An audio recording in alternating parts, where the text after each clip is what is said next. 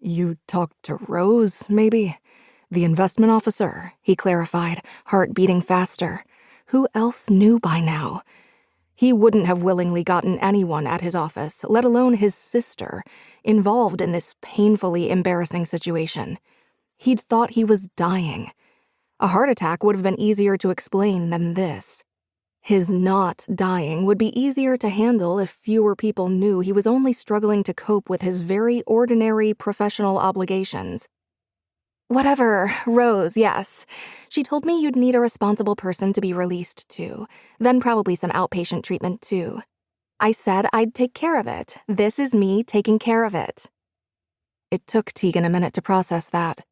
It wasn't as though he'd left Rose much in the way of instructions during his ambulance ride to the hospital, but only someone who didn't know Sloane well would consider her a responsible person. This will be so good for you, she told him, wrapping her hands into the slightly grubby cotton sweater he wore over his very grubby Oxford. This is a place where you can get healthy.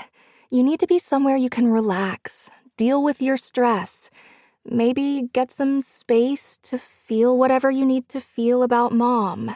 Not the hospital, not your stupid little condo building that doesn't even have a fitness room. Teagan ran a hand through his hair and looked around the tent where Sloane was proposing he stay. Great purple mountains towered over golden hills. The camp was on the edge of a sparkling blue lake ringed with gray pebbles and green fir trees.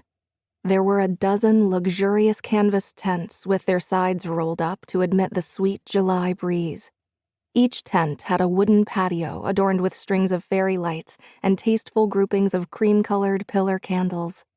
The big fluffy beds within the tents, set with half a dozen pillows and a faux sheepskin throw, promised hours of seductive rest. But Teagan didn't need any of this.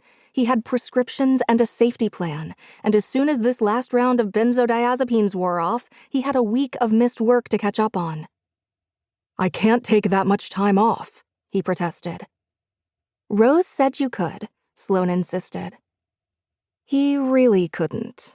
His mother had left the foundation's finances in a shambles, and 2 years of drudgery spent cleaning up the books had only clarified its current dire straits. And even if it had been hubris to think he was qualified to fix that with no professional experience besides trading municipal bonds, he couldn't let everything drop now. He'd be no better than his mother. Sloane, this all looks very nice, but... His sister shoved him lightly. Did you see there's horseback riding? Sloane asked, eyes wheedling.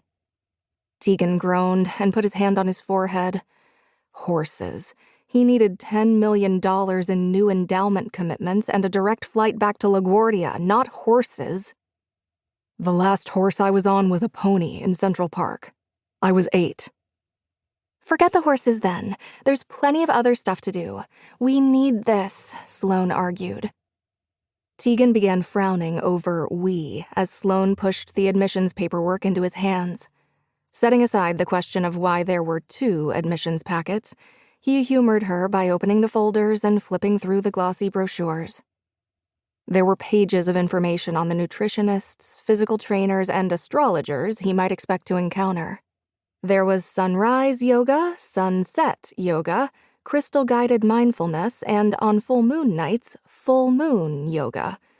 There were painting classes, jewelry crafting workshops, canoeing, archery, and gourmet plant-based dinners served under the stars.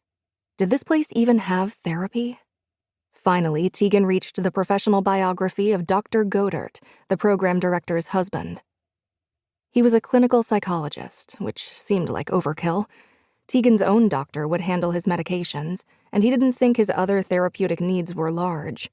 But when Teagan reached Dr. Godert's professional specializations, he stopped. Dr. Godert specialized in the treatment of addiction. Oh, Teagan said, feeling very confused again. This is rehab? Dislocation was becoming a familiar sensation. He'd gone to the emergency room for what he'd been certain was a heart attack. Somehow, he'd ended up in the psychiatric hospital. Somehow, he was in rural Montana with a questionnaire about his non-existent drug use and a second questionnaire about his equally non-existent skincare routine. He couldn't